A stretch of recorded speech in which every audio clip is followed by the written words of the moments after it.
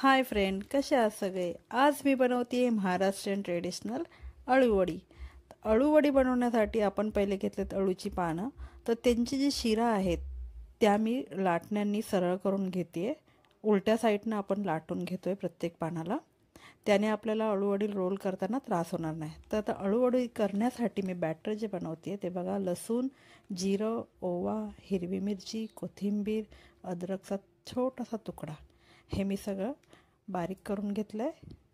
आता आपण बॅटर तयार करूया. बेसनचं पीठ, हळद, मीठ आणि तीळ आणि वाटलेलं बॅटर 2 चम्मच हे एकत्र करून त्याच्यामध्ये मी पाणी आणि चिंचेचं पाणी टाकणार आहे. थोडासा गूळ टाकणार आहे. मीठ टाकून आपण एक त्याचा डो तयार करून घेऊया घट्टसर.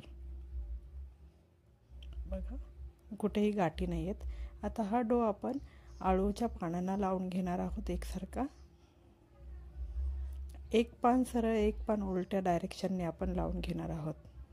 असेच आपण, आता माझ्याकडे 9 पानं आहेत म्हणून मी 5 पानं आणि 4 पानं अशी डिवाईड करून 2 अळूवडी करून घेणार आहेत. म्हणजे 2 रोल करून घेणार आहे. तो रोल करताना मी जे साईडचे आहेत कॉर्नर ते पहिले आत ढकललेत, त्यांना बेसन पीठ परत लावलं आहे आणि मग रोल केलेले आहेत घट्ट असं. हा एक रोल झाला आहे आणि हा सेकंड रोल आहे. मोठ्या पानांचा वेगळा केला आहे, छोट्या पानांचा वेगळा केला आहे. हे तुम्ही पहिलंच डिवाईड करून घ्या म्हणजे तुम्हाला इझी पडेल रोल करताना. आता मी चाळणीला तेल लावून त्याच्यामध्ये अळूवडी ठेवून देणार आहे, रोल ठेवणार आहे आणि मी गरम पाणी करायला ठेवलं होतं तिथून स्टीम करून घेणार आहे. बघा, माझे स्टीम झालेले आहेत. आता मी तुम्हाला कट करून दाखवते. माझा किचन ॲक्च्युली भरपूर छोटा आहे, त्याच्यामुळे खूप प्रॉब्लेम होतो व्हिडिओ करताना.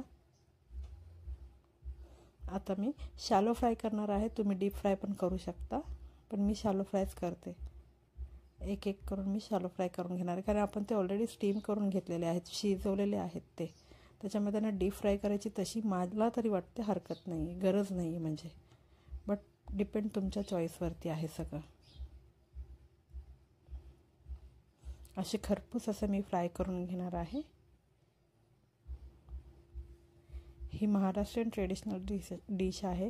कुठल्याही फंक्शनला, कुठल्याही ट्रेडिशनल सणासुदीला अळूवडी ही ताटात असतेच. बघा, आपली खरपूस अळूवडी तळून झालेली आहे. थँक्यू.